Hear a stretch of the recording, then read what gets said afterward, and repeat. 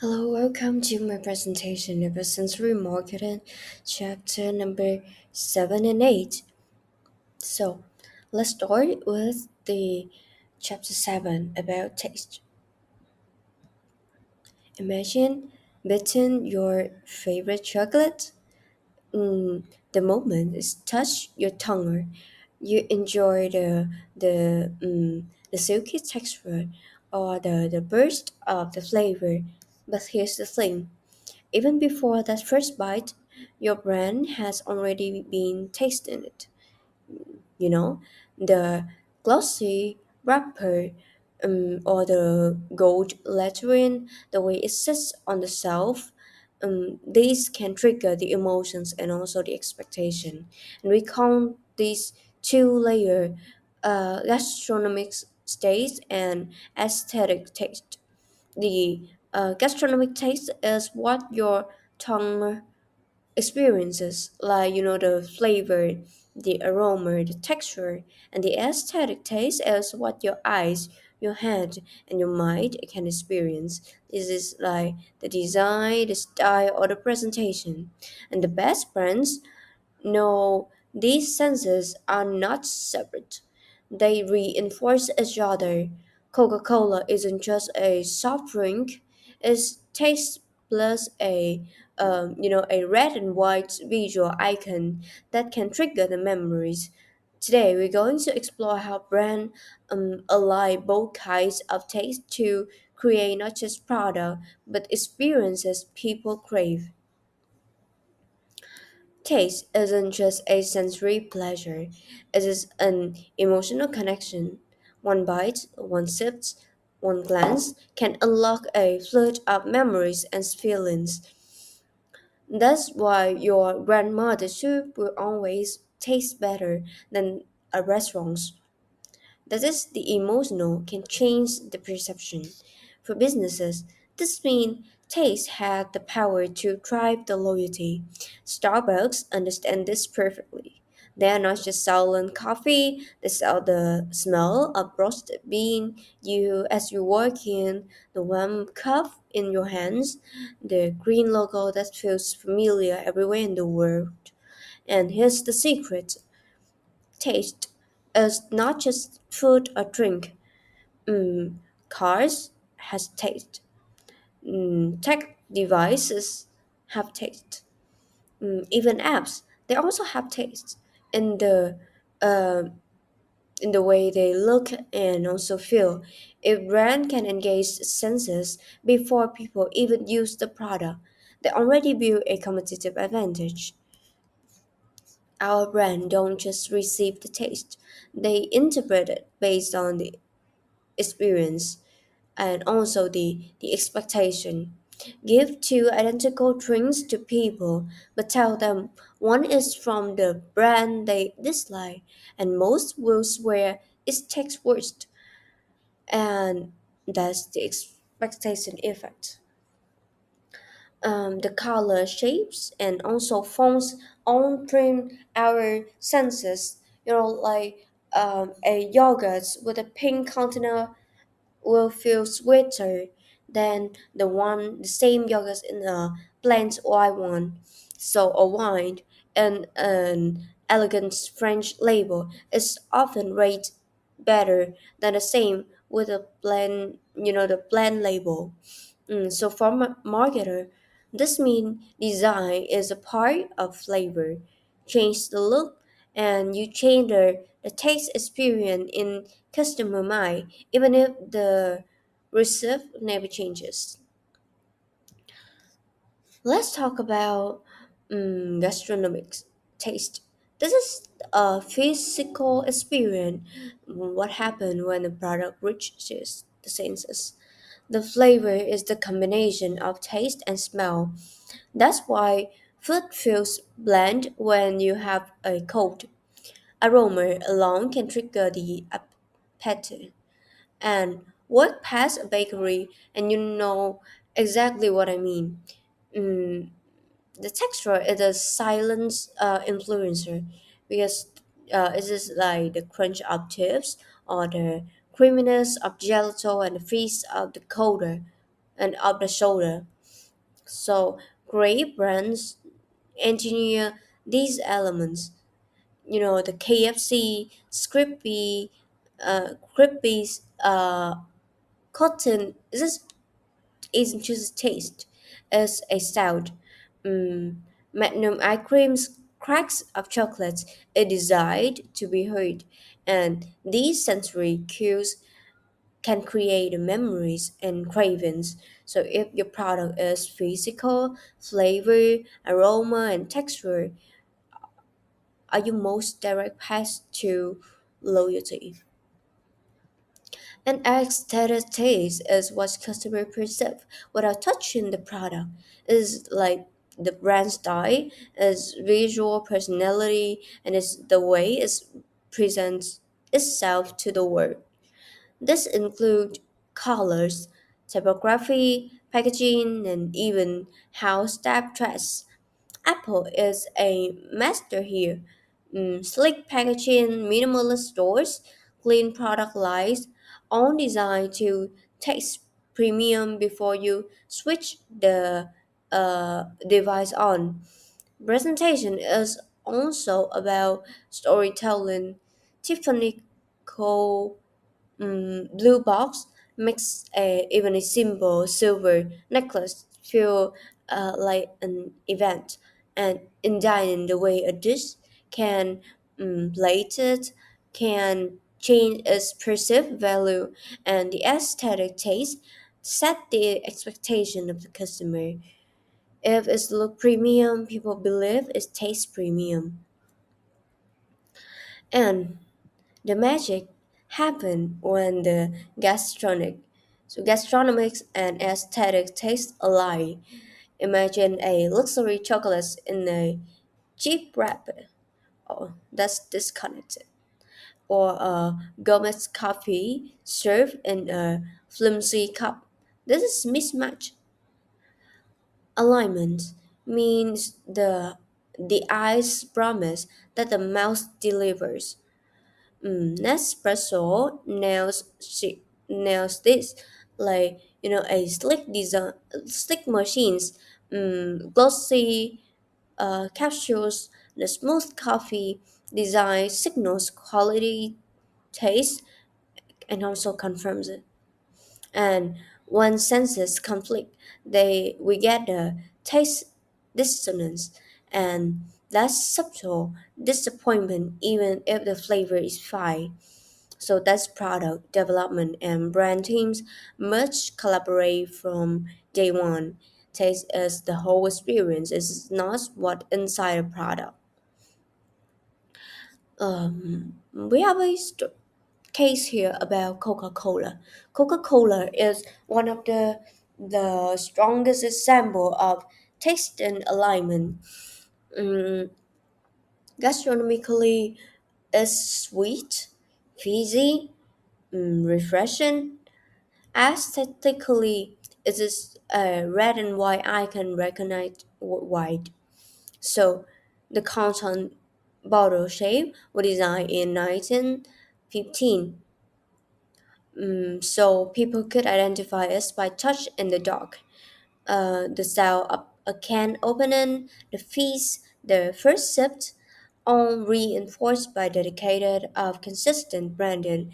We keep the core familiar and the visual identity stable for over a century, providing that consistent can be powerful than the constant reinvention. And another one is Starbucks. Starbucks doesn't just sell coffee, they sell an environment, warm lighting, comfort sitting, the smell of roasted beans. The green mermaid logo is instantly recognizable. The cups, the music playlist, even the barista handwriting on the name, all part of the brand aesthetic taste. Gastronomically, they ensure flavor consistency across thousands of stores. What's caramel macchiato will taste like whether you're in New York or Tokyo. And by combining predictable flavor with a cozy, global turbulent environments, they turn the coffee into a lifestyle. So, taste is also the the culture. What is considered delicious or beautiful in one country can be strange in another. For example, in Japan, subtle packaging colors convey sophistication, and while in the U.S., bold color often signal fun and value. So, um, gastronomically, spicy heat may be essential in India, but off-putting in Nordic market. So, brands that succeed globally adapt aesthetic and gastronomic taste to local expectation while keeping the core identity intact. Like the McDonald offer the McAloo Tiki in India, macarons in France, and teriyaki burgers in Japan, and also pho burger in Vietnam. But the golden orchids remain the same. So taste is only one sense, but brand can engage multiple senses, leave a stronger impression. Sight, sound, touch, and even smell can reinforce the taste experience. A Singapore perfumes is cabin with a signature scent. Intel 5 Notes Teams is recognizable without a single image. So multi-sensory branding make a product harder to forget and harder to replace.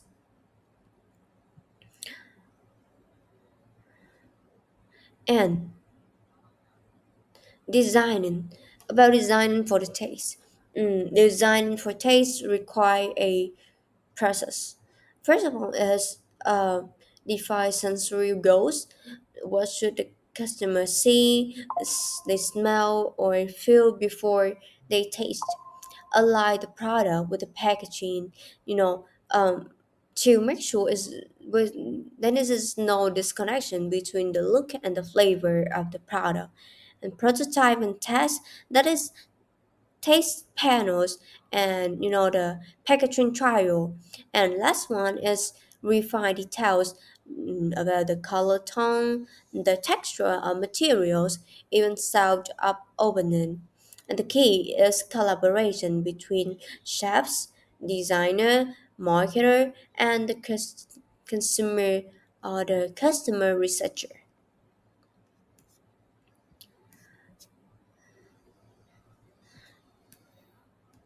um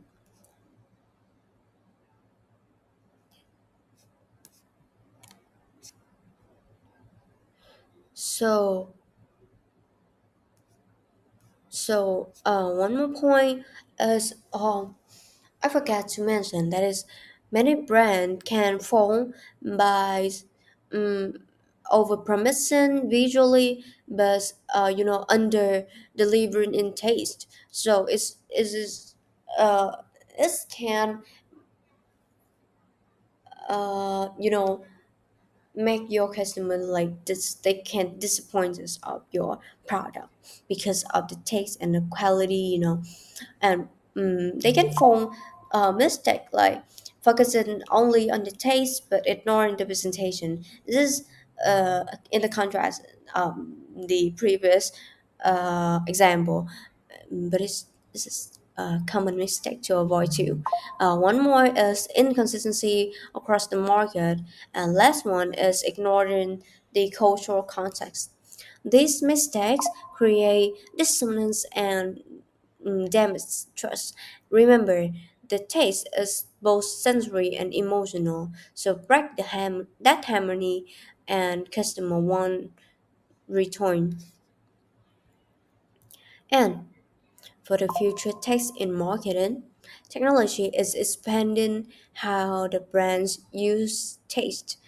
3D printed foods, or personalized nutrition or augmented mm, reality, dining, or blending the physical and digital senses. Brand will soon be able to customize the flavor profiles in real time or let a customer review taste experience virtually. But the core principle will remain align the gastronomic and aesthetic taste to create the emotional connection. So, text, taste is more than a flavor. It's sight, smell, texture, sound, and story. When gastronomic and aesthetic tastes align, you build trust, loyalty, and desire. The most successful brand design for both consistently, uh, consistently, culturally, and creatively. If you take one of thing from today, your product isn't just eaten or drunk, it's just experienced. So that is all about chapter number 7 about taste. So moving on to the next chapter, chapter number 8. This is about the human sense in collaboration. This is also the last one in our series of sensory marketing. So we perceive the world and brands through all five senses, but there are two ways this happen: externally through the direct interaction with the physical world, like seeing logo, hearing the jingle, touch a product, and internally through the imagination, memory, and self-talk, like picturing the smell of coffee without it being in the room.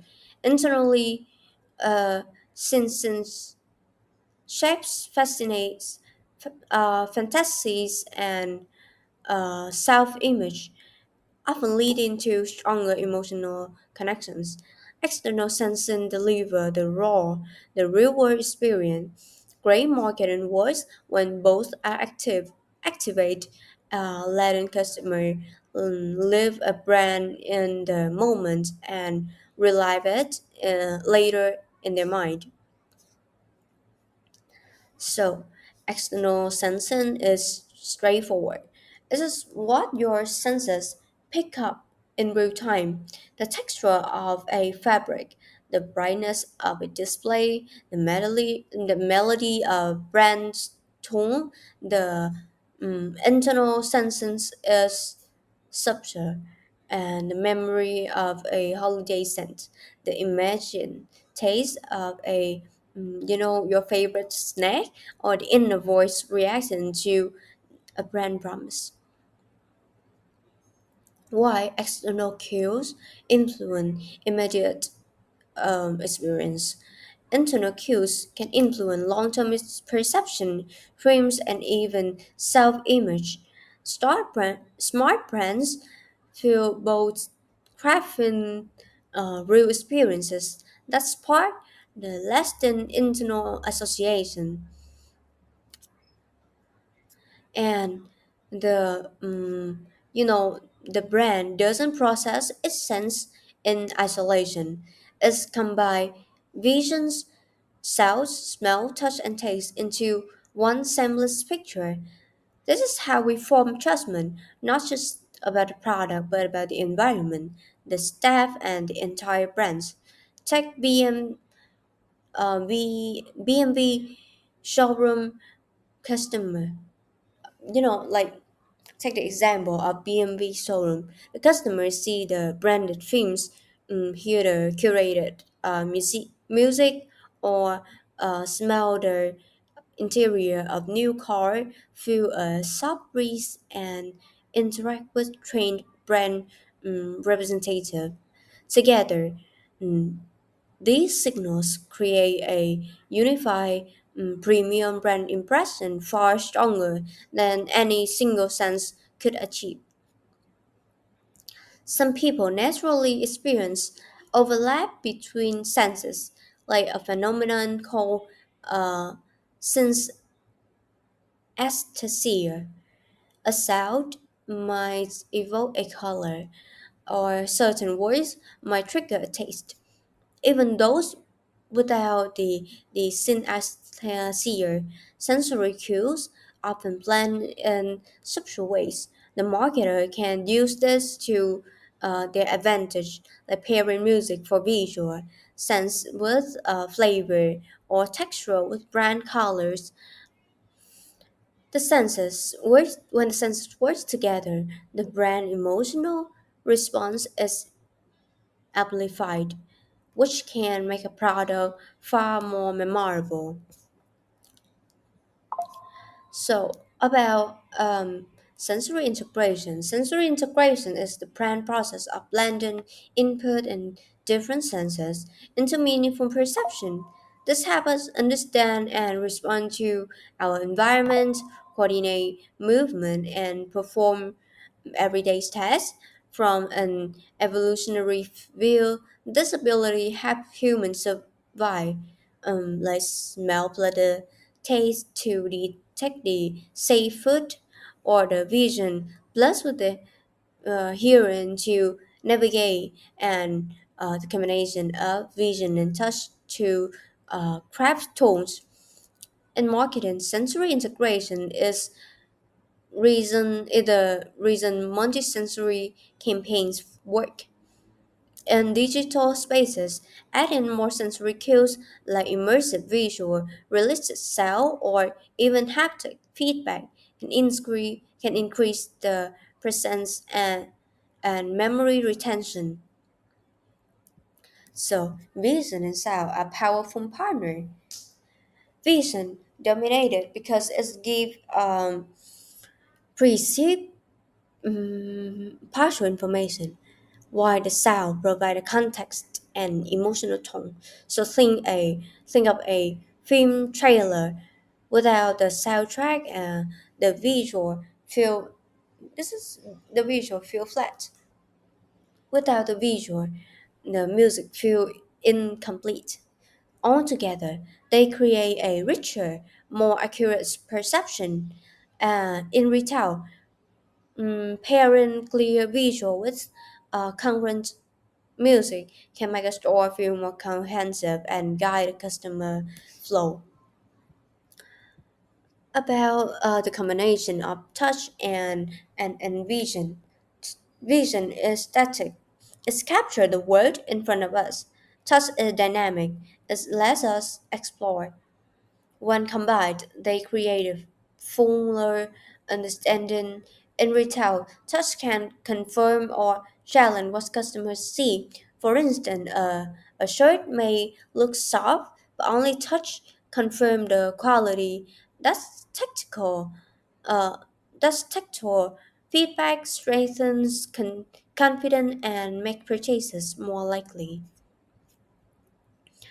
So, uh, moving on to the next point is uh is the multisensory perception. Multisensory perception is when two or more senses are engaged together to create a unified experience. Personal preferences and context can shape how each person processes this combination. Neuromarket research show that people often react more strongly to sensory cues than to the logo and slogans. A vision and touch are especially powerful, and in some cases, touch can outweigh visual cue in the decision making. And moving on to optimal stimulation theory, people seek a balanced level of sensory input, so too little and they crave more. Too much, too little, they crave more, and too much, and they may shut down. A state called the sensory overload.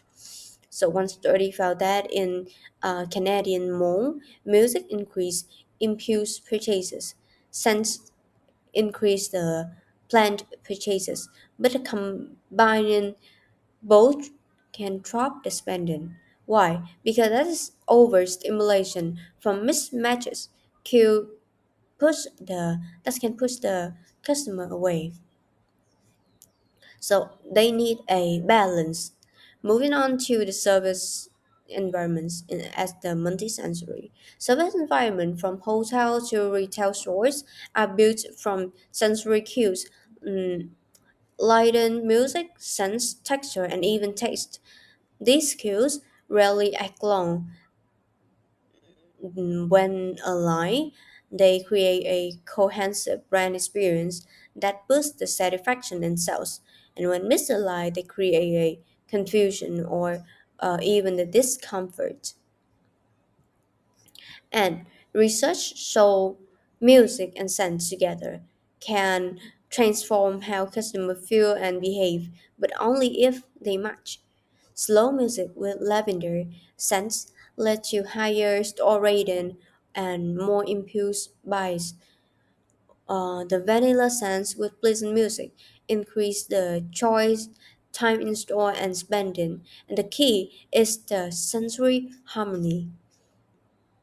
So, moving on to the Congress auditory and olfactory cues. Studies in retail show that matching the scents and music to the setting, like Christmas music with the pie scent, or boost the joy, and that can boost the joy and purchase intent, and mismatches cue do the opposite. And in IKEA, adding pleasant scents and fitting music keep shopper 51% longer. Visual change alone had no effect. Proof non-visual cues can mm, be even more powerful. And sight is important too, but sound and sense often shape behavior more deeply.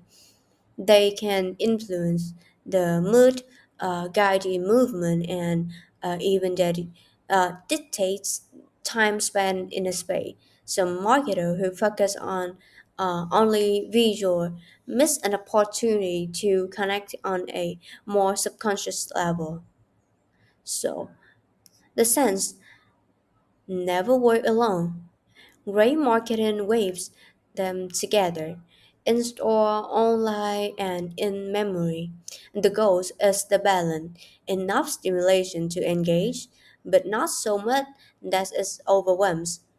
When every sense tells the same story, brands become experience, and experience are what customer can remember, share, and return to.